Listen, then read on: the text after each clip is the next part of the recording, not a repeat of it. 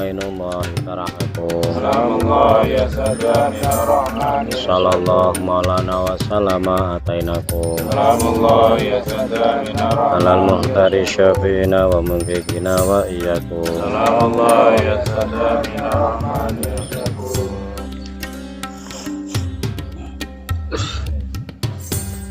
Sallallahu ala sayyidina Muhammadin sallallahu alaihi wasallam. Sallallahu ala sayyidina Muhammadin wa ala alihi wasallam. Alhamdulillahirabbil alamin. Kanjeng Kyai Henis ya. Ini ketika melihat makam beliau, maka berdirinya Kerajaan Mataram ini atas tiga tokoh yang fenomenal, tiga tokoh yang masyhur ya. Satu Ki Ageng Pemanahan, Ki Ageng Penjawi, dan yang satunya Ki Ageng Juru Mertani ya. Ki Juru Mertani, terus Ki Ageng Pemanahan, yang satunya Ki Ageng Penjawi. Itu otak dalang berdirinya pertama Kerajaan Pajang yang dipimpin oleh Joko Tingkir ya. Jadi ceritanya dari Joko Tingkir ketika mengalahkan Arya Penangsang, di samping Arya Penangsang didukung oleh ulama sepuh yaitu Sunan Kudus.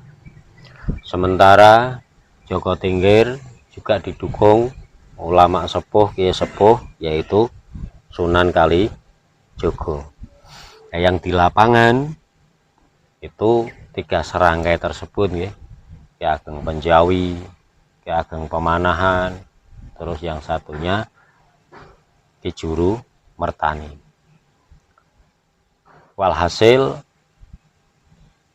Joko Tingkir bisa mengalahkan Arya Penangsang atas saran dan nasihat tiga tokoh tersebut.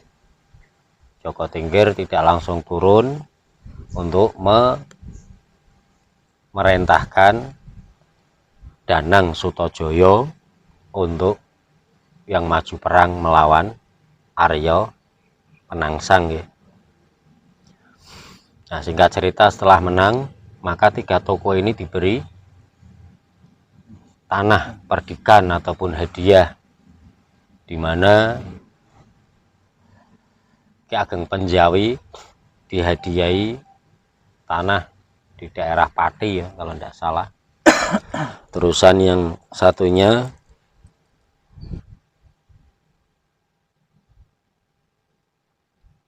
Ki Ageng Pemanahan itu dihadiahi tanah Laweyan ya, karena masih ada hubungan dengan Ki Ageng Henis. Sementara Ki Ageng Henis ini ayah daripada Ki Ageng Pemanahan. Dan nanti Ki Ageng Pemanahan ini yang punya putra yaitu Danang Sutajoyo ya, yang nanti bergelar menjadi Panembahan Senopati ing Alogo Sultan Agung Mataram pertama. Maka kalau dilihat dari sejarah tersebut, berarti Danang Sutawijaya bin Ki Ageng Pemanahan bin Ki Ageng Henis. Sementara Ki Ageng Henis ini putra daripada Ki Ageng Selo. Ki Ageng Selo ini adalah putra Brawijaya kelima. Itu kalau melihat daripada silsilah Kerajaan Mataram Jogja, itu beliau ini keturunan dari Brawijaya kelima melalui Ki Ageng Selo ya.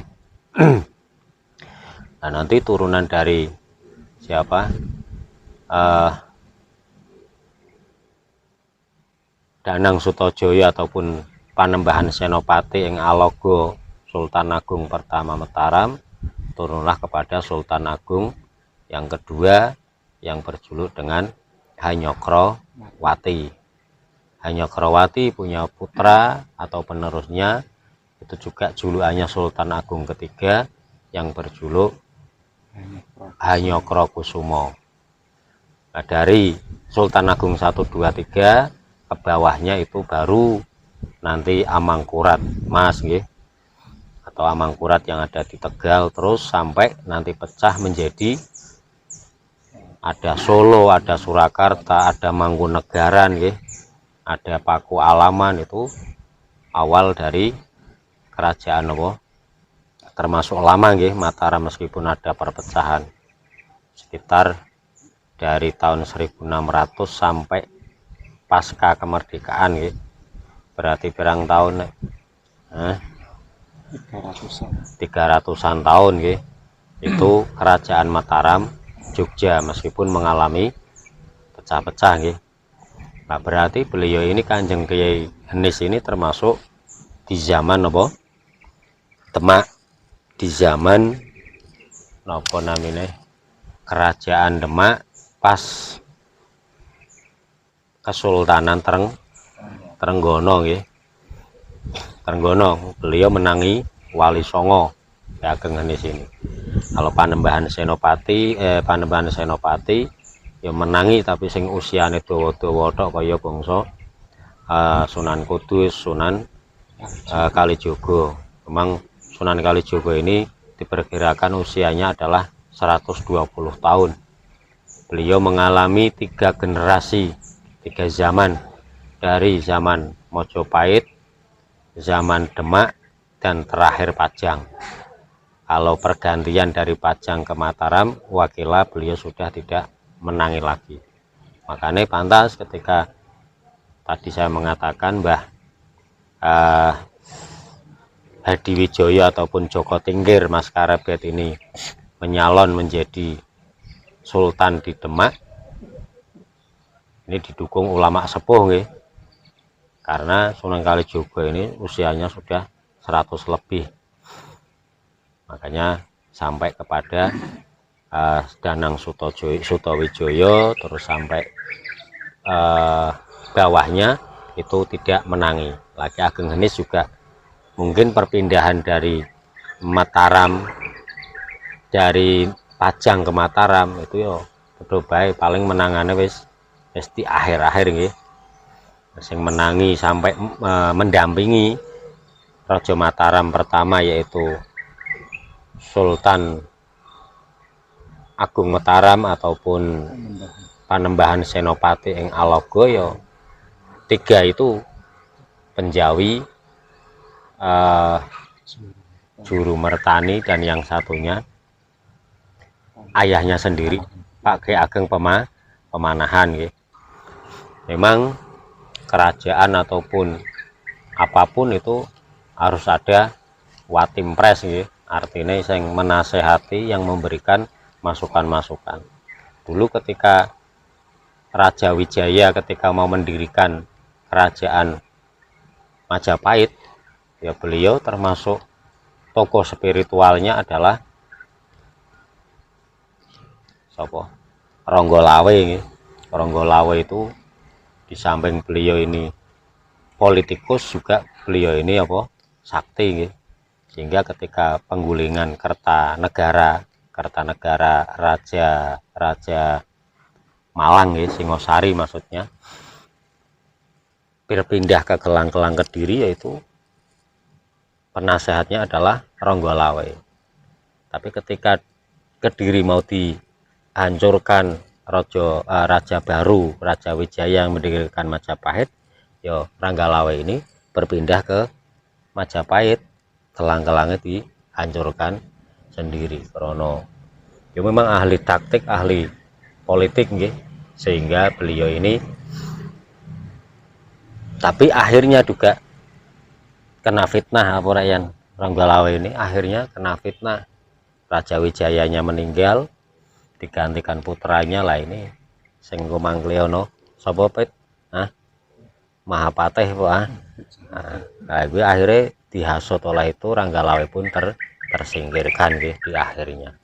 Itu saja yang bisa kami sampaikan. ini di daerah termasuk tua ya. Jadi masjid ini termasuk dulunya tempat ibadah Buddha ya. Artinya ketika Ki Ageng Hanis datang ke sini, ini dikuasai oleh ya semacam biksu ya, ataupun penganut agama Hindu pada zaman dulu, tapi ditaklukkan, dikalahkan oleh Ki Ageng Hanis sehingga dia pun masuk Islam, dan tempat ibadahnya ataupun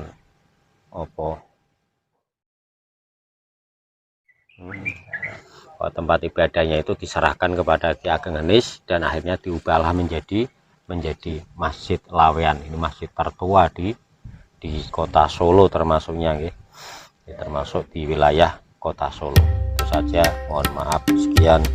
Maulaya sholli wa sallim dahiman abada ala habibika khairi khalqi kullihim huwal habibul ladzi turja syafa'atuhu ahwali muqtahami ya rabbi bil mustafa badil maqafizana waghfir lana ma madaya wasi'an karami ya bi husnil khatimah.